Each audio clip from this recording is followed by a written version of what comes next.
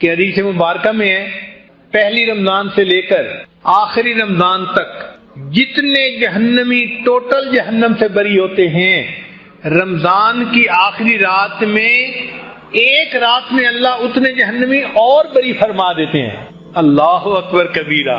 تو آخری رات میں تو کروڑوں پھر جہنمی جہنم سے بری ہو گئے نا، کیونکہ انسان کی فطرت ہے کہ کئی مرتبہ سستی کرتا ہے، لیکن جب دیکھتا ہے کہ آج آخری رات ہے تو احساس ہوتا ہے کہ چلو آج آخری رات ہے تو چلو میں بھی کچھ اللہ سے مانگ لوں، تو اللہ نے کوٹا بڑھا دیا آخری رات کا کہ یہ نہ ہو کہ جی بندے تھوڑے بخشے جانے تھے، مانگنے والے زیادہ ہیں، ہم کوٹا بڑھا دیتے ہیں، جو مانگے گا ہم اس کو عطا فرما دیں گے۔ تو آخری رات میں جہنمی جہنم سے بری کر دیے جاتے۔ اگر اتنا بھی ہوتا نا تو بہت کافی تھا، مگر اللہ نے اس سے بھی اور زیادہ مہربانی فرمائی۔ کچھ لوگ ہوتے ہیں فیشل دماغ کے ہوتے ہیں کہ وقت آنے سے پہلے بھی وہ کوئی خیال نہیں کرتے، جب سر پہ کام پڑ جاتا ہے پھر بھی خیال نہیں کرتے، جب سر سے کام پڑ کے گزر جاتے نا پھر خیال آتا ہے تو ہم نے کیا کر لیا۔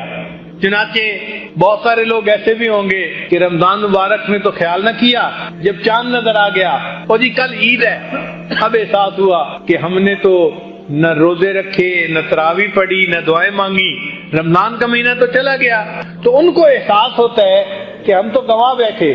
اللہ نے ان کے لیے بھی فرمایا کہ جو عید کی رات ہوتی ہے اس رات کو بھی اللہ تعالیٰ نے ایک خصوصی رات بنا دیا، اس کا نام لیلۃ الجائزہ حدیث پاک میں ہے۔ اس دن جنت کو دھویا جاتا ہے، خوشبو کی دھونی دی جاتی ہے اور ایمان والوں کے لیے تیار کیا جاتا ہے۔ اور جس طرح رمضان کی راتوں میں عبادت کا ثواب ملتا تھا، اس لیلۃ الجائزہ میں بھی اسی طرح عبادت کا ثواب ملتا ہے۔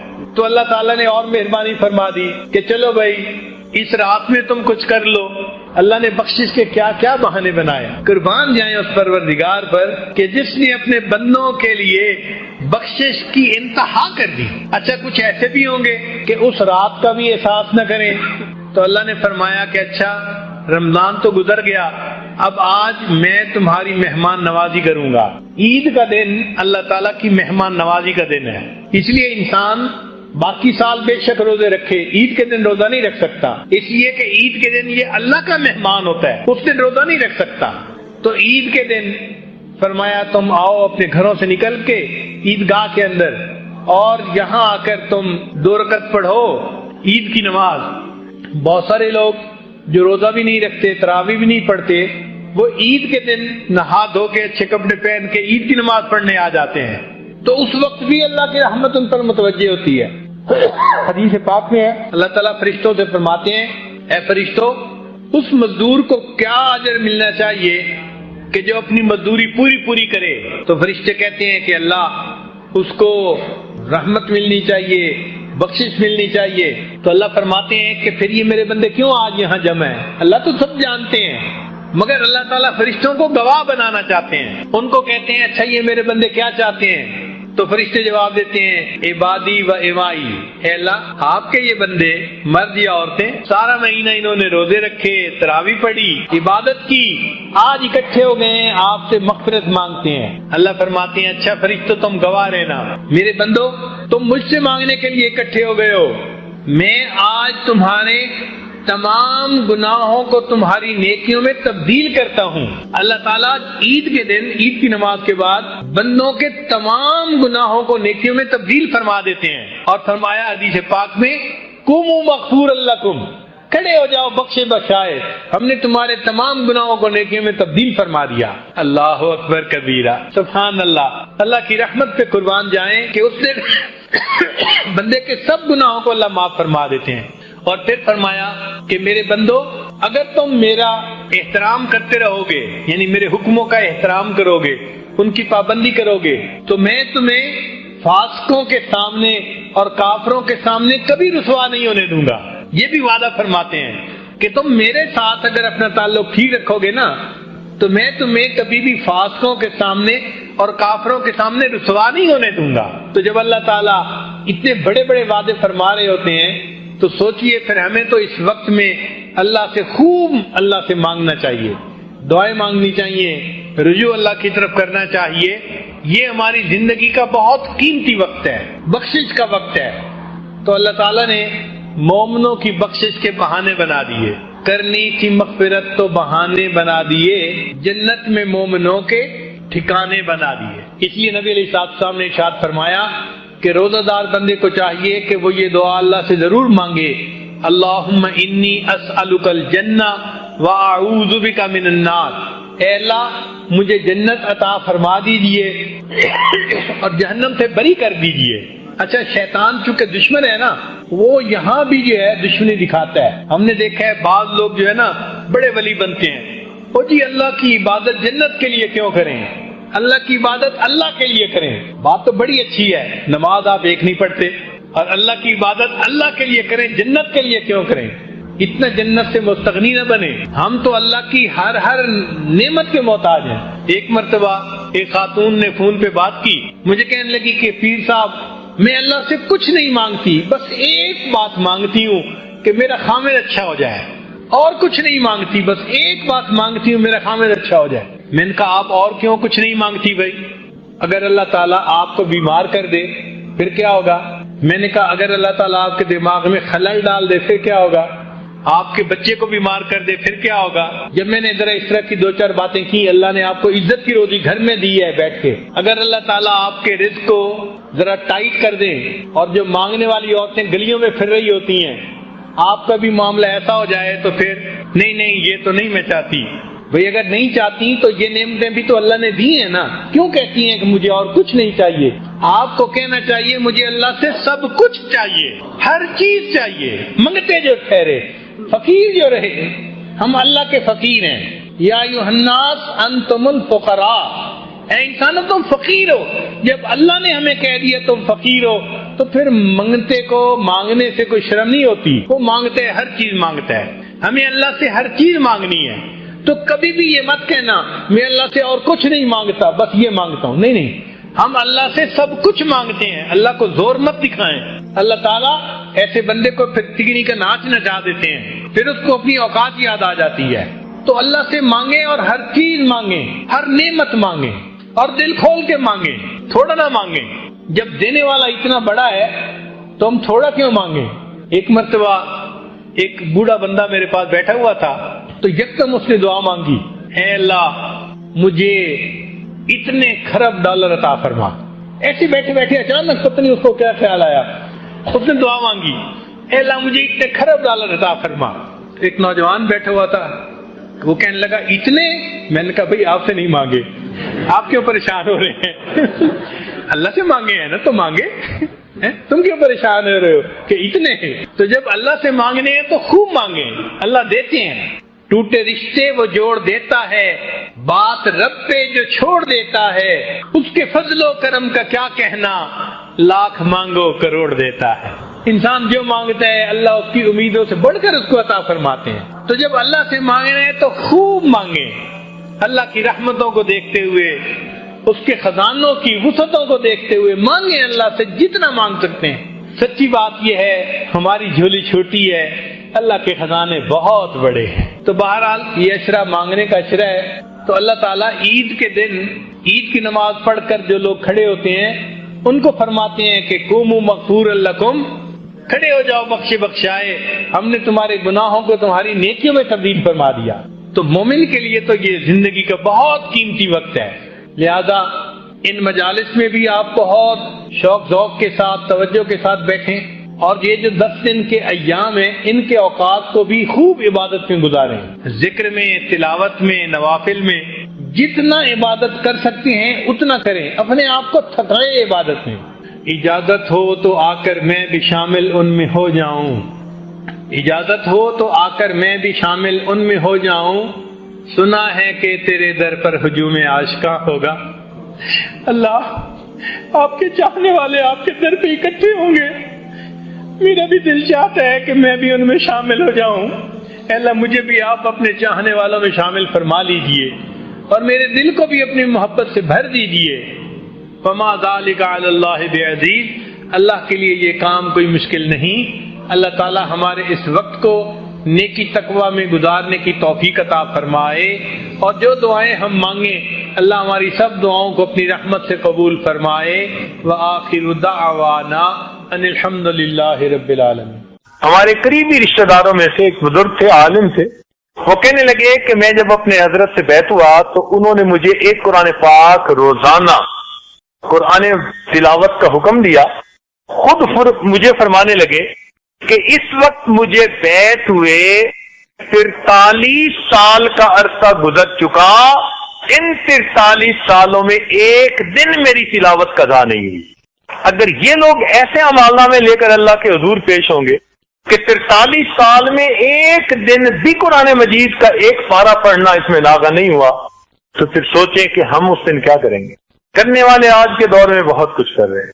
ہم نے تو دیکھا حفاظ کو بھی رمضانی حافظ، بس رمضان آیا تو دن رات کر کے کچھ بھاگ دوڑ کر کے کچھ کر لیا، اور اس کے بعد ان میں اور عام نوجوان میں کوئی فرق نہیں.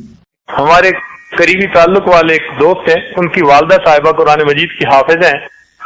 اللہ تعالیٰ کی شان، ان کو قرآن مجید اس طرح یاد ہے جس طرح کے عام لوگوں کو سورہ فاتحہ یاد ہوتی ہے. جب چاہیں، جس وقت چاہیں، جہاں سے پوچھیں، ایک لفظ بولیں وہ اسی سے آگے پڑھنا شروع کریں. اللہ تیری شان. حیران ہوتی ہیں وہ کہ حافظ قرآن بھی بھولتے ہیں، حیران ہوتی ہیں. اور واقعی جو محنت کرتے ہیں اللہ رب العزت پھر ان کو نعمت عطا فرماتا. ہمیں ایک دفعہ مری جانے کا اتفاق ہوا رمضان مبارک میں، تو ایک جگہ ہم نے تراویح پڑھی، ایک عجیب بات سنی. وہ کہنے لگے کہ اس مصلے پر جو قراء سناتے ہیں وہ بڑے چنے ہوئے ہوتے ہیں، مگر خاص بات یہ ہے کہ 36 سال میں یہاں تراویح پڑھانے والے کسی حافظ کو ایک مرتبہ بھی لقمہ نہیں لینا پڑا 36 سال میں. اللہ.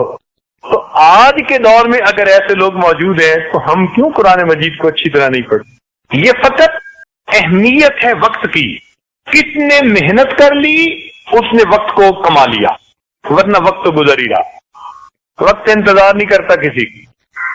تو جب یہ جسم ادھار کا مال ہے، ہمیں چاہیے کہ ہم اس سے جتنا زیادہ عبادت کر سکیں، نیکی کر سکیں، مخلوق خدا کی خدمت کر سکیں، دین کام کر سکیں، ہم اس کو خوب اللہ کے دین کے لیے تھکائیں.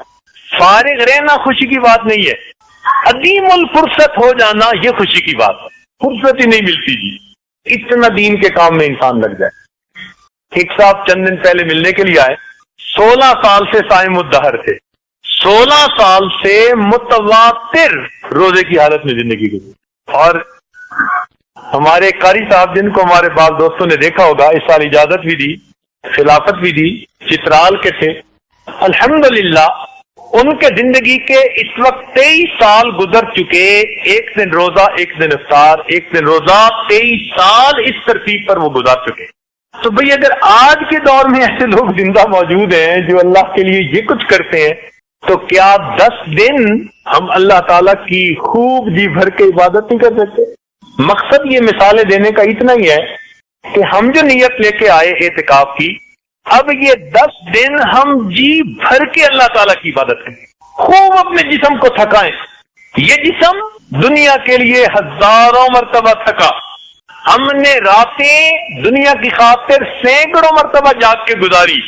اگر یہ 10 راتیں اللہ کے لیے جاگ کے گزاریں گے اور دن اللہ کی عبادت میں گزاریں گے اور تھکائیں گے تو یہ کون سی بڑی بات ہو جائے.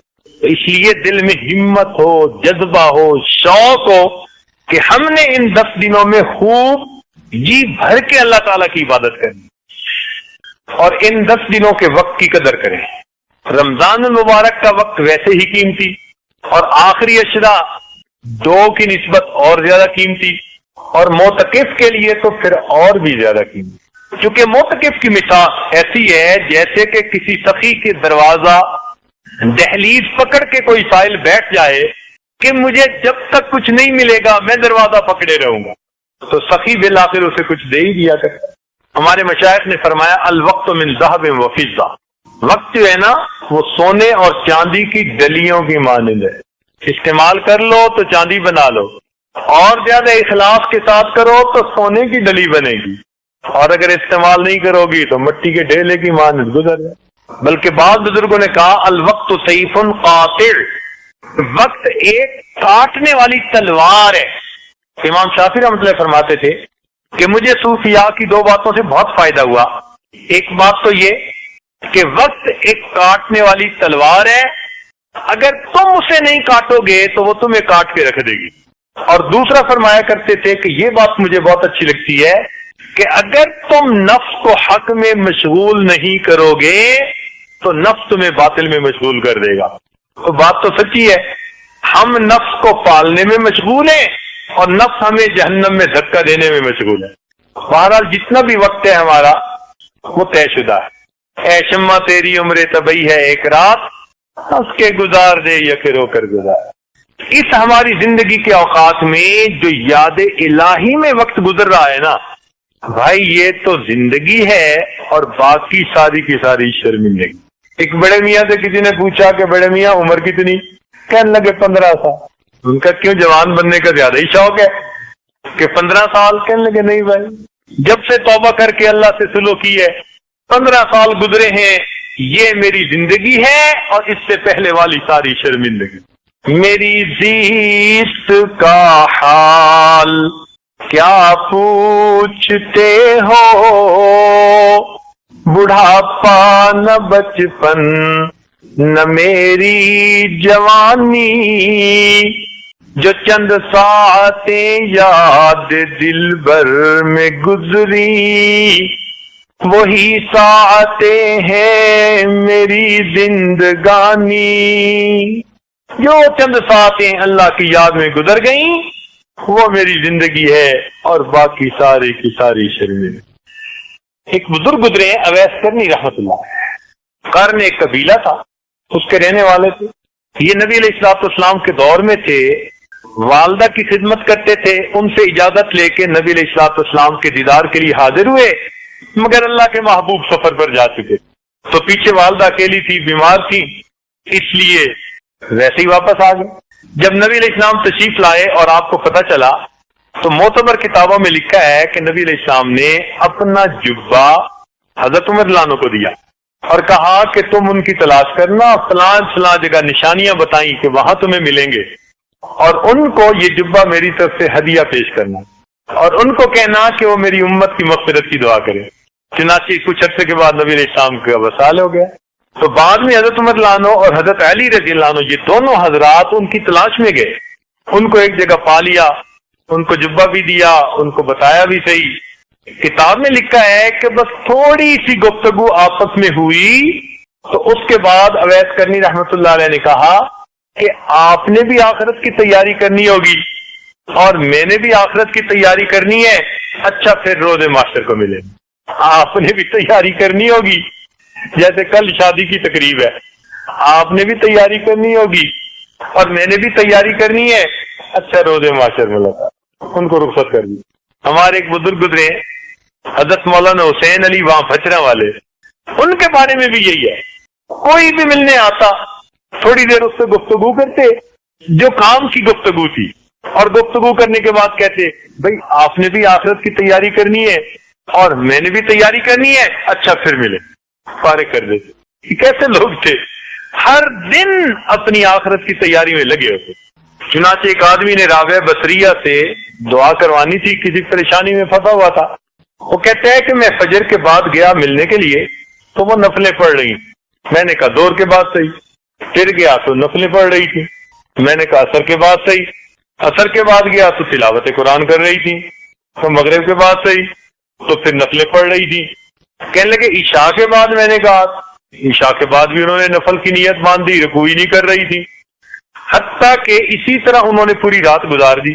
فجر کا وقت آ گیا تو فجر پڑھی، میں فجر پڑھ کے پھر جلدی گیا، تو کہنے لگے کہ فجر کے اشراق کے نوافل پڑھ کے نا تھوڑی دیر ان کی بیٹھے بیٹھے آنکھ لگ گئی، جب میں وہاں پہنچا تو میرے پاؤں کے آواز سے ان کی آنکھ کھلی، تو وہ ایسے اچانک اٹھ بیٹھی جیسے کوئی بڑا لیٹ ہو جاتا ہے نا بندہ اور جانا ہوتا ہے کہیں، ایسے اٹھ بیٹھی اور دعا مانگنے لگی، اللہم انی اعوذ بک من عین لا تشبع من النوم، اے اللہ میں ایسی آنکھ سے تیری پناہ مانگتی ہوں جو نیند سے بھرتی نہیں ہے۔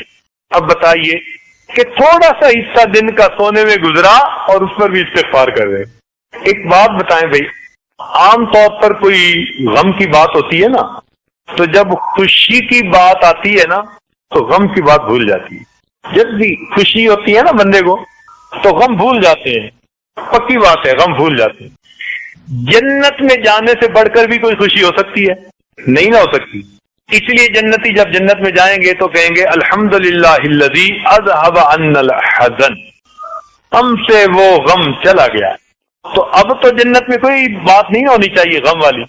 اور جنت میں کتنی خوشیاں ہوگی کہ انسان اللہ تعالیٰ کا دیدار کرے گا، نبی علیہ السلام کا دیدار کرے گا، نیکوں کی محفل ہوگی، اور یہ خوشی ہوگی کہ اب یہ نعمتیں ہم سے کبھی واپس نہیں لی جائیں گی۔ اس خوشی کے حال میں بھی بندے کو ایک حسرت رہے گی۔ حدیث پاک میں آتے ہیں، حضرت شیخ الحدیث مولانا زکریا رحمۃ اللہ علیہ نے فضائل ذکر میں یہ حدیث کوٹ کی ہے۔ وہ فرماتے ہیں لا يتحسر اہل الجنہ الا علی ساعۃ مرت بہم لم یذکروا اللہ تعالی، اہل جنت کو کسی بات پر حسرت نہیں ہوگی سوائے ایک بات کے کہ وہ وقت جو انہوں نے دنیا میں اللہ کی یاد کے بغیر یعنی غفلت میں گزارا تھا، جنتیوں کو غفلت میں گزرے ہوئے اس وقت پر حسرت ہوا کرے گی کہ کاش ہم اس میں غفلت نہ کرتے تو آج ہمارے رتبے اتنے زیادہ بلند ہو۔ اب بتاؤ کہ جو حسرت جنت میں بھی جان نہ چھوڑے گی وہ کیسی بڑی حسرت ہو۔ تو اس لیے اپنے وقت کو اللہ تعالیٰ کی یاد سے معمور کر لیجئے۔ نبی علیہ السلام نے ارشاد فرمایا اغتنم خمس قبل خمس، 5 کو 5 سے غنیمت سمجھو، زندگی کو غنیمت سمجھو موت سے پہلے، فرصت کو غنیمت سمجھو مشغولی سے پہلے، جوانی کو غنیمت سمجھو بڑھاپے سے پہلے، مال کو غنیمت سمجھو فقر سے پہلے، اور صحت کو غنیمت سمجھو بیماری سے۔ ایک اور حدیث پاک میں نبی علیہ السلام نے فرمایا نعمتان، 2 نعمتیں ایسی ہیں کہ جن میں اکثر لوگ کوتاہی کر جاتے ہیں، الصحہ والفراغ، صحت اور فرصت، دونوں نعمتیں ہوتی ہیں، ان کی جو قدر کرنی چاہیے تو وہ قدر نہیں کرتے۔ حدیث پاک میں یہ مضمون ہے۔ تو ہمیں چاہیے کہ ہم اپنے وقت کی قدر کریں جو پروردگار نے ہمیں انعام کے طور پر عطا فرمایا۔ بس یہ 10 دن ہے، ڈٹ کے محنت کر لیجئے، پھر اس کی برکتیں آپ کو دیکھیں آنکھوں سے محسوس ہوگی۔ کسی شاعر نے کہا نور میں ہو یا نار میں، نور میں ہو یا نار میں رہنا، ہر جگہ ذکر یار میں رہنا، نور میں ہو یا نار میں رہنا، ہر جگہ ذکر یار میں رہنا، چند جھونکے خزاں کے بس سہ لو، پھر ہمیشہ بہار میں رہنا۔ بس یہ چند دن محنت کے گزارے، پھر اس کی برکتیں آپ آنکھوں سے دیکھیں انشاءاللہ۔ آج جس چیز کی کمی ہے نا ہمارے اندر وہ یہ ہے کہ ہم سنتے تو ہیں، سن کے سن ہو جاتے ہیں، عمل نہیں کرتے۔